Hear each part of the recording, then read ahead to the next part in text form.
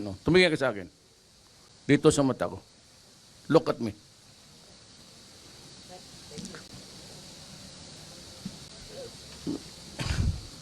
Alam mo, hindi ko maintindihan kung kayong mga kriminal nakapasok sa pulis. Alam mo, sana ang pulis maganda ang reputasyon. They have improved on their image a lot. Tumaas na yung respeto ng tao, taong bayan sa ating mga pulis. Kayo yung ang salot ng kung ano, hindi maintindihan kung putang ina anong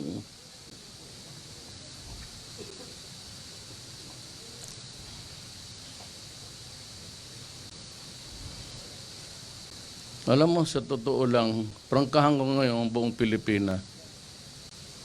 Pag ganun kayo ng ganun, putang ina, papatayin ko talaga kayo. Masiguro ninyo yan. Wala na akong magawa sa inyo, mga ulol kayo. Kung hindi I will review your cases. Kayong may mga kasalanan na sindikato sa droga, sindikato sa korupsyon. Meron akong special unit, habang buhay bantayan kayo.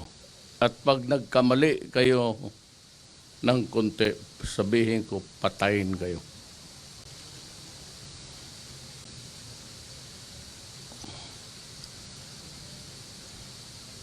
Bakit kayo pumasok sa pulis? Anong nakain ninyo na itong pulis para lang ito sa mga taong may pagmamahal sa bayan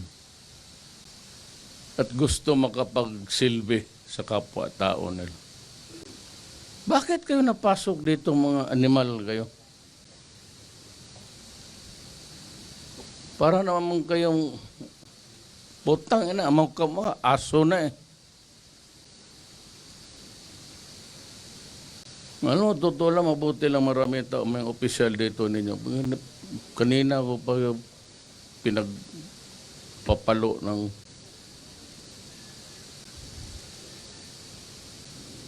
kayong doon sa may kaso, wag na kayong mag-bail. Wag ninyo akong sisihin. Wag na kayong magkansa, magtiis kayo dyan sa loob. Mas safer ang Pilipinas kung nasa loob kayo. O kung hindi, patay kayo.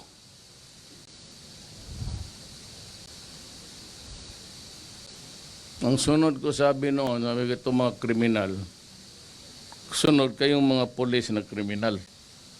Hindi lang nyo sinisira yung pulis. It's a government institution, an organ of government important to maintain law and order. Kayo naman ang putang ina Ako nagwa-warning lang sa inyo.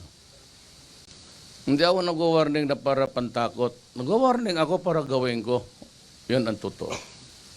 Wala na yung pantakot. Alam ko hindi kayo matakot. May baril kayo, mag-hold up kayo, mag-kidnap kayo, patayin pa ninyo. At sinabi pa ngayon sa akin, sabi ng hepe ninyo, may lumutang na naman na patay. Gusto talaga niyo subukan? O pues, ibigay ko sa inyo. At para naman sa kalaman ng taong bayan, ganon talaga ang gawin ko. Ganon talaga ang gawin ko. Let's say kayo. Yan ang usapan. Wala tayong sisiyan. Kagaya rin sa mga droga, sinabi ko na sa inyo. Ano pa naman yung putang ina hindi pa ninyo maintindihan? Tapos, pag namatay kayo, maraming reklamo. Kasi ano, kay due process, kay wala. Samantala kayo naman ang lumalaban. At lumalaban talaga kayo, pati kapwa ninyo pulis, pinapatay ninyo dahil ayaw ninyong mahuli. Gaya rin yung mga mayor, pinapatay sarili nilang pulis, yung pa ang matapang ngayong mga, kunwari yung mga pamilya, due process, kainin mo yung due process mo.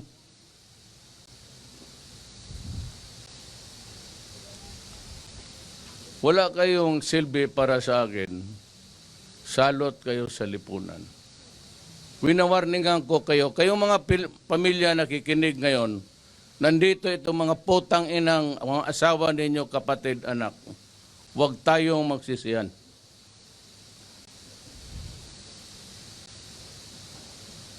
Pag nangamatay itong mga putang ina to, huwag kayong pumunta sa amin at magsisigaw kayo ng human rights, due process. Inawarningan ko na kayo eh. Ayaw ninyong maniwala may kasalanan itong mga putang ina to, di kausapin ninyo kung ano ang totoo. Wala pag hindi ko gawin, inutil itong Pilipinas. Pati kayo sumasali. Kayo nga nang inaasahan ko, paano tayo manalo dito sa kalaban natin mga NPA? Eh kung kayo mismo, putang ina, ginagawa ninyo yung ginagawa nila.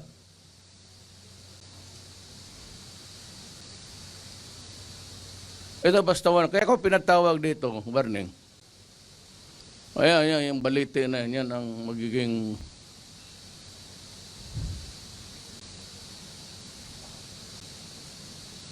Walang sisihana.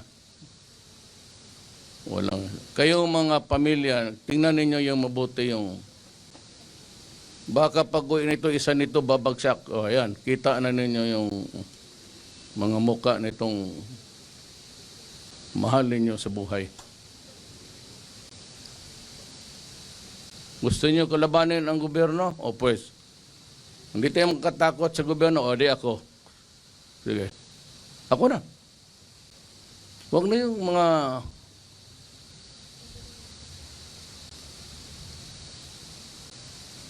Pag bumagsak ito, trabaho ko. Period.